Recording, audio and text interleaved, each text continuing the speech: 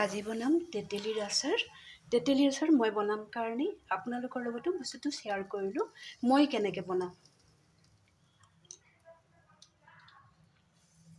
প্ৰথমতে এটা কেৰাহী পাতি দিলোঁ। মই তেতেলীখিনি প্ৰায় 3 পোৱাৰ নিচিনা হ'ব। এপোৱা তেতেলী মই এনেকৈ গুটিৰ সৈতে ৰাখিছোঁ। ছাইডৰ যিখিনি অলপ আহৰ নিচিনা থাকে সেইখিনি মই উঠাই দিছোঁ।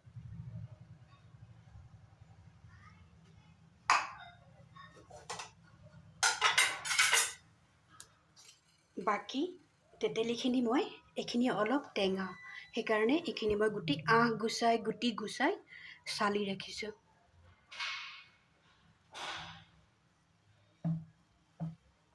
এতিয়া কেৰাহীটো গৰম হওক।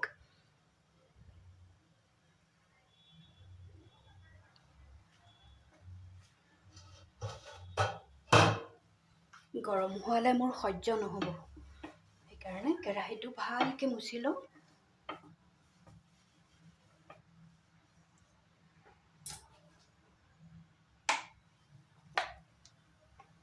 ইয়াতে একেবাৰে অকণমান তেল দিম। এইটোৱেই তেল, আৰু পিছত কোনো ইয়াত তেল দিয়া নহ'ব।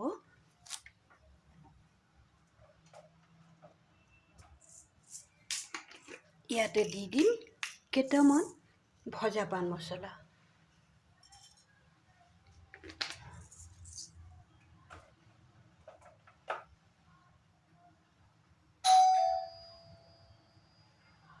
পান মছলাখিনি ভালকৈ ভাজি ল'ম। পান মছলাখিনি ভালকৈ ভাজি ল'লোঁ। এতিয়া মই প্ৰথমে যিখিনি তেতেলী চালি ৰাখিছিলোঁ সেইখিনি দি দিম।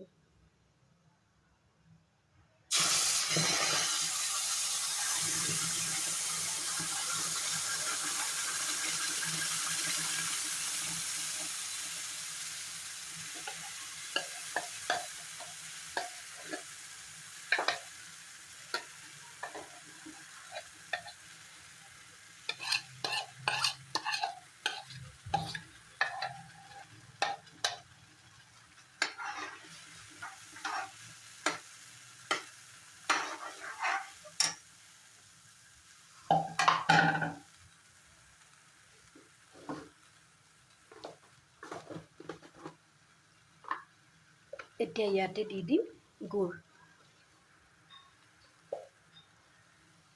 চালি থোৱা তেতেলীখিনি যেতিয়ালৈকে এনেকুৱা কোমল অৱস্থাত থাকিব তেতিয়াই হয় গুড় দিলে বেছি ভাল হয়। চেনি দিলেও একো নহ'ব, কিন্তু কি গুড় দিলে বেছি টেষ্টি হ'ব। গোটেইখিনি গুড় দি দিলোঁ। ইয়াত ½ কেজি গুড় আছিলে।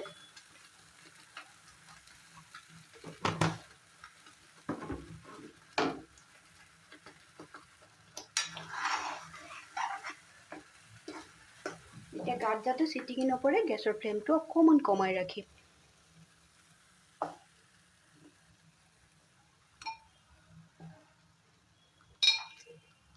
এতিয়া মোৰ যিমানখিনি প্ৰয়োজন হ'ব নিমখ দি দিম।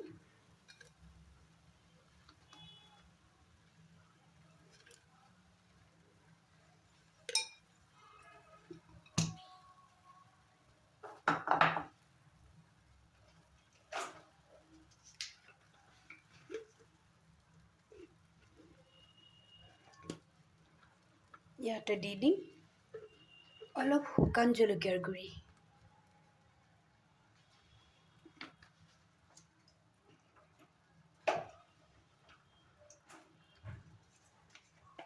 আৰু এটা বস্তু দিব নাপাহৰিব, অকণমান জালুকৰ গুড়ি।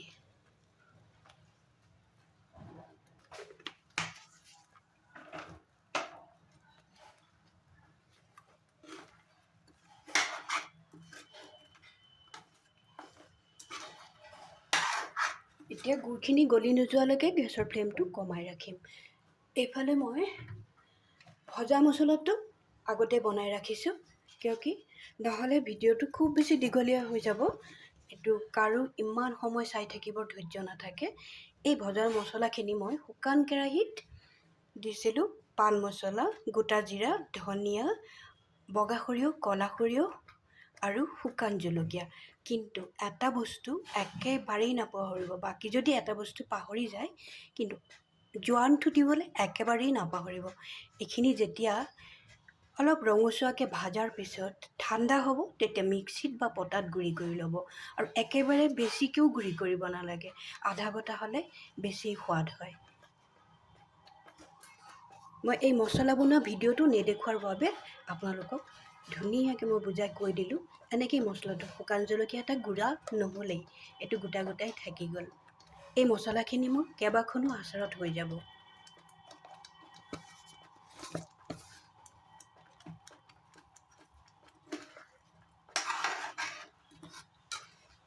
এতিয়া গুড়খিনি গলাই লোৱা পৰ্যন্ত মই লৰাই থাকিম। গুড়খিনি প্ৰায় গলি আহিছে। ইয়াতে এতিয়া মই দি দিম গুচাই থোৱা গোটা তেতেলীখিনি। ইয়াৰ ভিতৰত কিন্তু গুটিখিনিও আছে। মই মাত্ৰ আঁহখিনি এৰুৱাই দিছোঁ, যাতে খাৱাৰ সময়ত যেতিয়া ডিঙিত নালাগে, সেইটো কাৰণত। কেতিয়াবা সৰু ল'ৰা ছোৱালীয়েও খায়, সেইকাৰণে আঁহখিনি ভালকৈ গুচাই দিছোঁ। এইখিনিও ইয়াতে দি দিলোঁ। লগে লগে ইয়াত মই ভজা মছলাখিনিও দি দিম।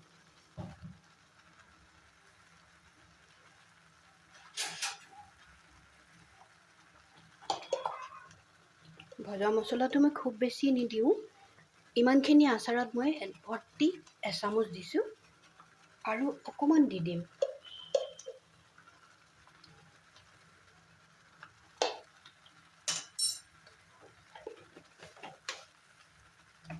এনেকৈ আকৌ মই গেছৰ ফ্লেমটো বঢ়াই দিছোঁ। বঢ়াই দি মই শুকাই নোযোৱালৈকে, যেতিয়ালৈকে আঠা আঠা নহয়, তেতিয়ালৈকে ফ্লেমটো যদি বঢ়াই ৰাখোঁ হয়তো গাত ছিটিকি যাব পাৰে।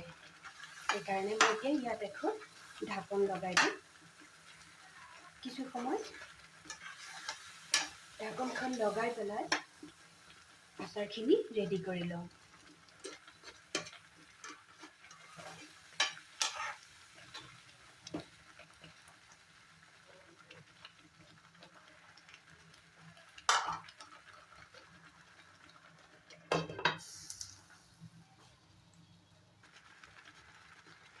ইয়াতে মই একদম নামমাত্ৰ হালধি পাউডাৰ দি দিম।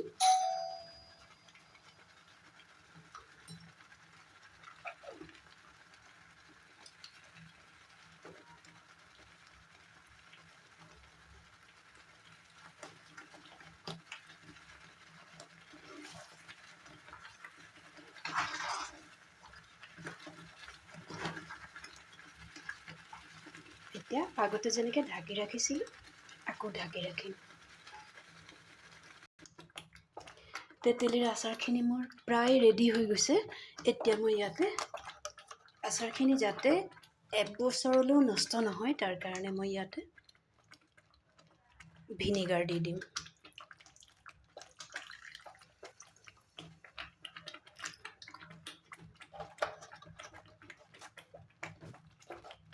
ভিনেগাৰটোতো দিলোঁৱেই ইয়াতে অকণমান, যিহেতুকে এইটো মিঠা আচাৰ, সেইটো কাৰণতে ইয়াতে মই অকণমান ইলাচি পাউডাৰ দি দিলোঁ।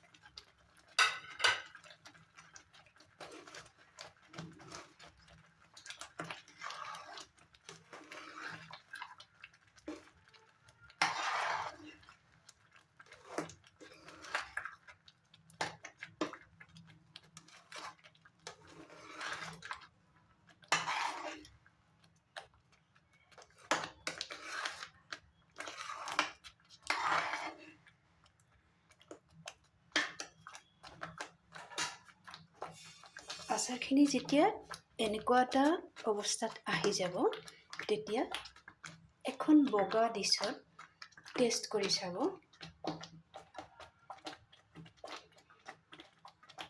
যেতিয়া এই ধৰণৰ হ'ব,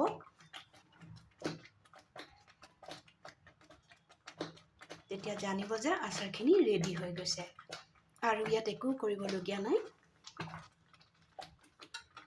এতিয়া মই গেছৰ ফ্লেমটো অফ কৰি দিম। আৰু যেতিয়া ঠাণ্ডা হৈ যাব, এই তেতেলী আচাৰ ঠাণ্ডা হ'বলৈ বহুত বেছি সময় লাগে।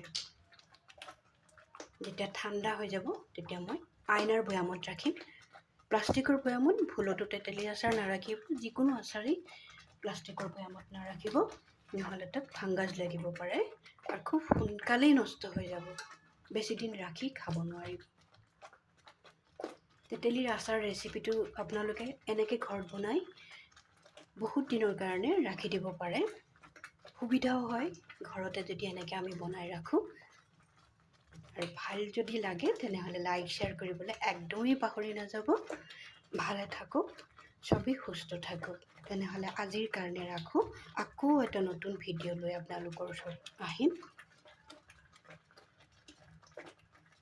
ভালে থাকক, সুস্থ থাকক।